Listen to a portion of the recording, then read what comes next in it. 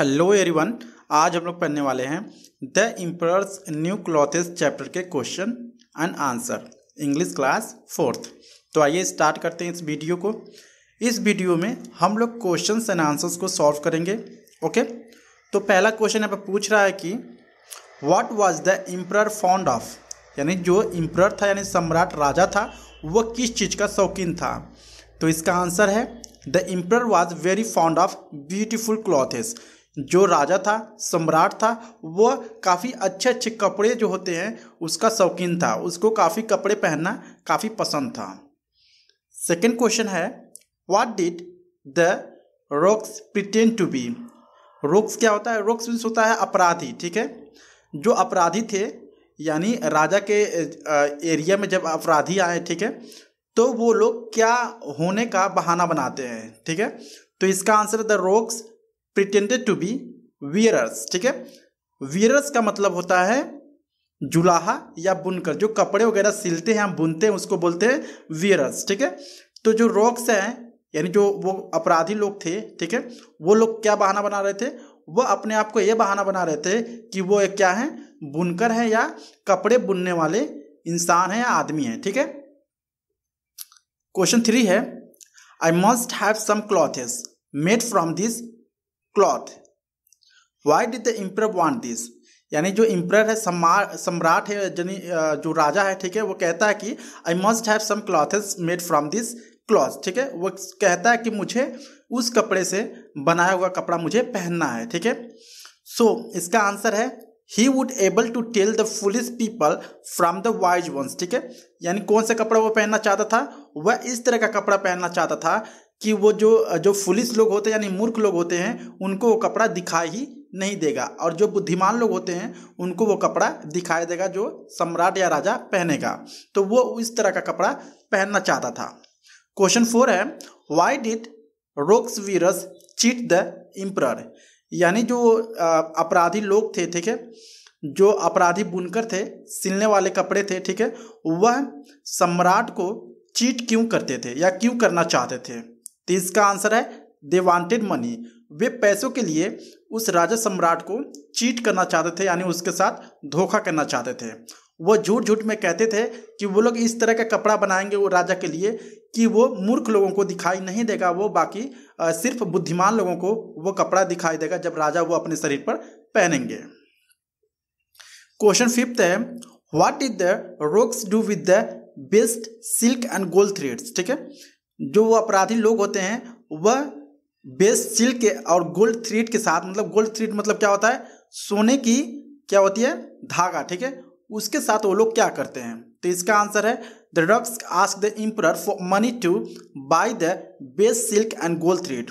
यानी वो जो अपराधी लोग थे, नटखट लोग थे, वो कहते थे राजा से कहें कि राजा हमें क्या चाहिए? हमें सिल्क का धागा चाहिए और जो गोल्डन का धागा हो, जैसे कि सोने की धागा चाहिए हमें आपके कपड़े बनाने के लिए। बट लेकिन they took the money and kept it for themself. लेकिन जब राजा ने उस धागा को पैसे खरीदने के मतलब उस धागा को खरीदने के लिए पैसे दिए, तो वो जो अपराधी थे यानी चोर थे, ठीक है, वो लोग क्या किए? उस पैसे को अपने पास ही रख लिया।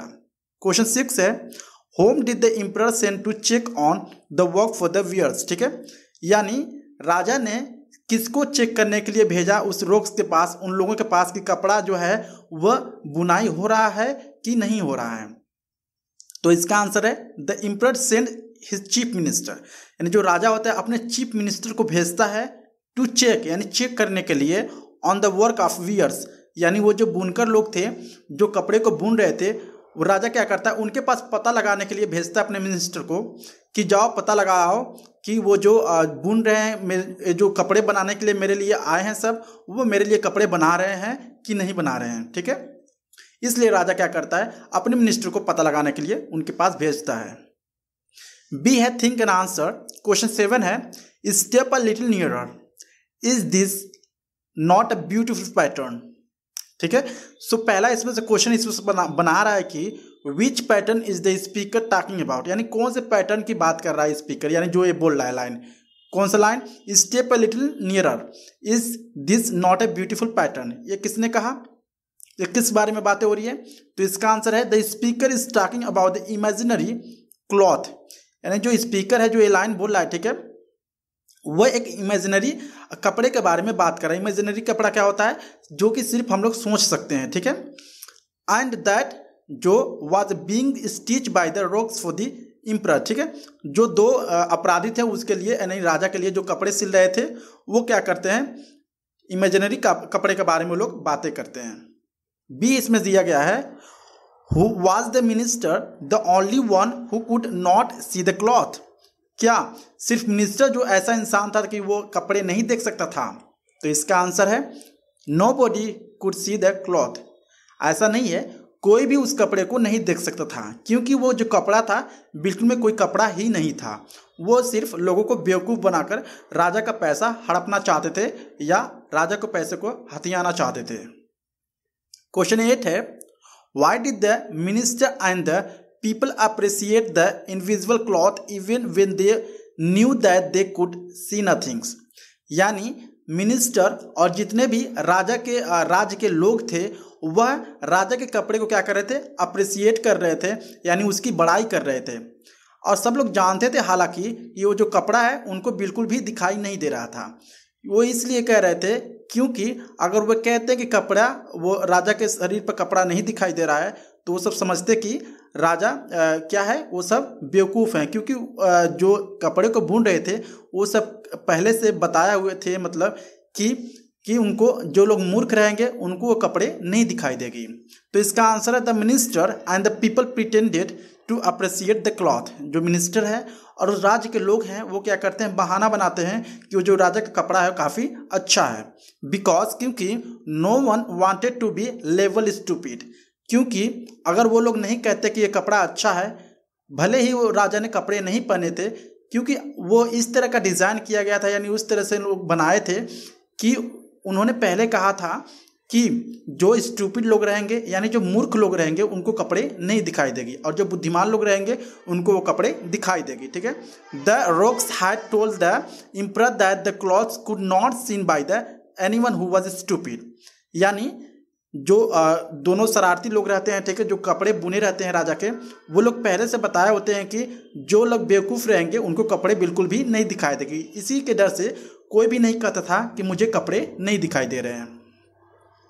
क्वेश्चन 9 है, what did you learn from the play the emperor's new clothes, ठीक है, यानी इस स्टोरी से जो एम्परर का नया कपड़े के बारे में जो स्टोरी है आपको क्या सीखने को मिलता है? तो इसका आंसर है फ्रॉम द स्टोरी, यानी इस स्टोरी से we learn that we should not let pride and fear prevent us from speaking up, ठीक है।